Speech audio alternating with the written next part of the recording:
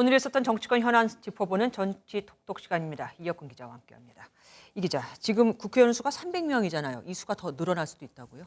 경우에 따라선 그렇습니다. 내년 4월에 국회의원 선거가 예정되어 있죠. 네. 이 선거에서 국회의원을 어떻게 뽑을지에 대한 논의가 국회에서 한창인데 3개 안 중 2개 안은 의원 정수를 늘리는 걸 전제로 하고 있습니다. 그러면 그 안이 만약에 채택된다면 의원 수가 얼마나 늘어나게 되는 겁니까? 예, 지난주 금요일에 국회 정치개혁특별위원회에서 선거제 개편안 3개를 내놨는데요. 보시는 것처럼 소선거구제를 유지하는 안이 2개, 중대선거구제로 바꾸는 안이 1개 포함됐습니다. 다만 유권자의 정당 선호도가 의석수에 반영되도록 비례성을 강화하는 개편안이다 보니 소선거구제를 유지하는 안들은 비례의원을 50명 늘리는 걸 전제로 하고 있습니다. 여야는 뭐라고 얘기합니까? 네, 김기현 국민의힘 대표 느닷없다 이런 표현을 쓰면서 국회의원 증원은 절대 없다고 선언을 한 상태입니다. 그런데 앞서 말씀드린 정개특위안 여야 합의로 정개특위 소위를 통과시켜 전원위원회에 올리기로 했거든요. 전원위는 의원 299명, 원래 국회의원 정원은 300명인데 지금 이상직 전 의원이 의원직을 상실해서 재적의원이 299명이죠. 이 재적의원 전체가 모두 참여해서 논의하는 건데 김 대표는 여기에도 불참할 가능성을 내비쳤습니다.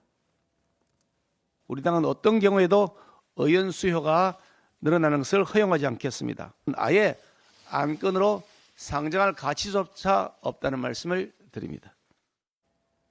민주당은 매우 신중하게 봐야 할 문제라고 전제를 하면서 숫자를 늘릴 필요가 있는지 전원위에서 얘기해보자는 입장입니다. 김 대표의 발언에 대해선 이렇게 맞받았습니다. 의원 정수 문제만 그거 쉽게 우리 국민들 동의를 얻기가 어렵지 않습니까? 대일 굴욕 외교를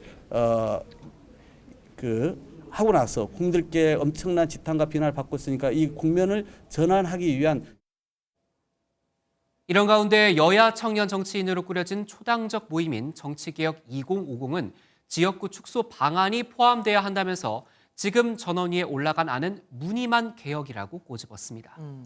민주당은 방금 얘기하는 걸 들어보면 박홍근 원내대표요. 결국은 한일 정상회담, 굴욕 외교로 이걸 덮으려고 하는 것도 같습니다. 네, 맞습니다. 국민 여론이 좋지 않다는 점, 이거를 적극 활용하겠다 이런 입장인데요. 여론조사 결과 같이 보시면요.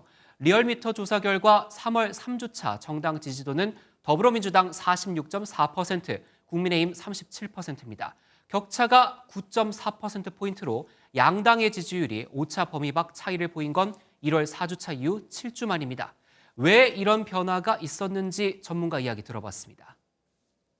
국민의힘 측에 상대적으로 부정 여론이 확산이 된 거는 급진적인 한일 정상회담 스탠스 이런 것과 더불어서 69시간 근로제 이런 이슈들이 영향을 미쳤다 볼 수 있겠습니다. 민주당은 서명운동, 규탄 집회 참석을 이어가는 동시에 대일 외교를 비판하는 스티커를 차량에 부착하는 등 대대적인 여론전 이어가는 방안을 검토하고 있습니다. 국민의힘 입장에서는 어쨌든 화제 전환이 필요하겠습니다. 네, 그렇습니다. 그래서 국민의힘은 오늘 민생특위를 출범시키면서 민생 올인으로 분위기 전환을 시도하는 모습입니다. 김재원 최고위원의 5.18 발언도 지지율 하락에 한몫했다고 보고 호남에 대한 구애도 이어간다는 계획인데요. 김기현 대표는 오는 23일 취임 후 첫 현장 최고위를 전주에서 열기로 했고요.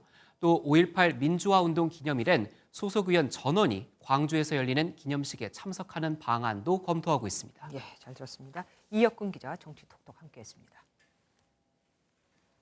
안녕하세요, 김주하입니다. 공정하고 신속한 MBN 뉴스 유튜브를 통해서도 만나보실 수 있습니다.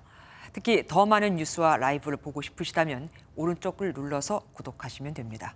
어렵지 않죠? 빠르고 정확한 뉴스로 계속 찾아뵙겠습니다. MBN 뉴스를 시청해 주신 여러분 고맙습니다.